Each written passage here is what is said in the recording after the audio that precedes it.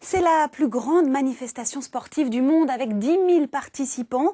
Comme les Jeux Olympiques, elle se déroule tous les 4 ans et Paris aimerait bien l'organiser en 2018. Direction le stade Charletti à Paris. Bertrand Lambert, c'est là que plusieurs épreuves des Gay Games pourraient avoir lieu. Oui, et notamment, Marianne, celle d'athlétisme. Alors, en attendant que des athlètes viennent disputer ici les épreuves d'athlétisme, ça serait en août 2018, si la candidature de Paris 2018 est retenue. Je suis au milieu des danseurs du Flash Mob de Paris 2018, une danse qui a été spécialement réalisée pour promouvoir cette candidature et accueillir tout à l'heure la marraine de cette candidature Paris 2018 que vous découvrirez dans quelques instants. Alors, en attendant, je suis à côté d'un des deux coprésidents de cette candidature Paris 2018, Michel Geffroy, bonsoir. Bonsoir. Alors dites-moi, première question toute simple, c'est quoi les Gay Games ? Les Gay Games, c'est un événement qui a lieu tous les 4 ans. Un festival sportif, culturel, festif, rassemblant 15 000 participants, basé sur des valeurs de l'intégration, la participation au dépassement de soi.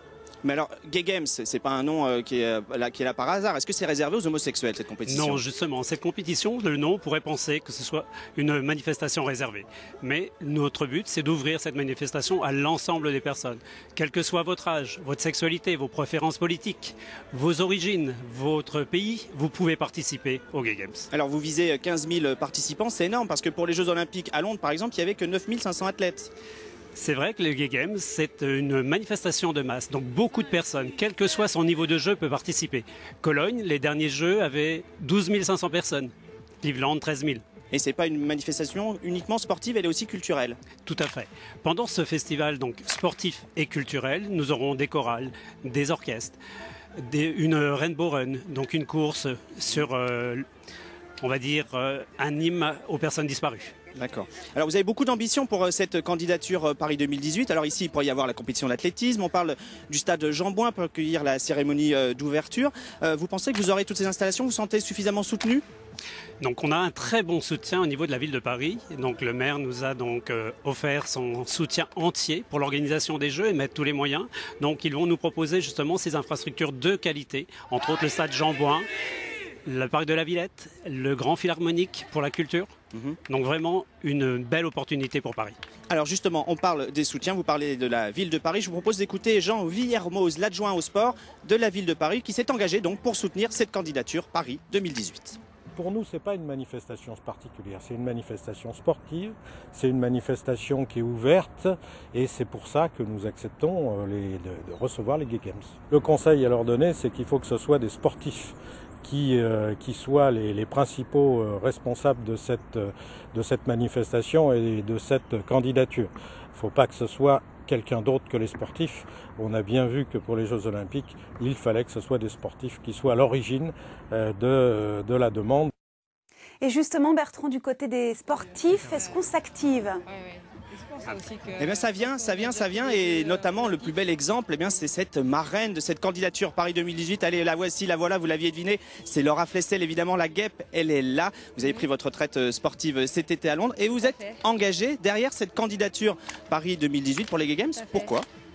Tout simplement pour le respect de l'autre. Et lorsqu'on sait que les jeux, ça procure une telle effervescence, c'est un réel bonheur de partager à travers des disciplines que voilà. Si on peut avoir les Gay Games ici à Paris, eh ben, je serai là et je pense que tous les Français seront là aussi pour essayer d'encourager parce qu'on recherche à réduire cette discrimination qui existe encore maintenant. Alors, est-ce que vous allez, j'ai envie de dire, mouiller le maillot pour défendre cette candidature ? Est-ce que vous êtes prête à voyager, aller voir les membres du jury qui vont voter ? Parce qu'évidemment, on n'en a pas parlé tout à l'heure, c'est un jury qui va voter au mois d'octobre pour désigner la ville candidate. Il y a 5 villes dans le monde entier qui postulent pour ces Gay Games. Tout à fait, si je pense que j'annonce officiellement que je suis marraine et s'il y a des choses à faire, mais je serai là. Il n'y a pas de souci.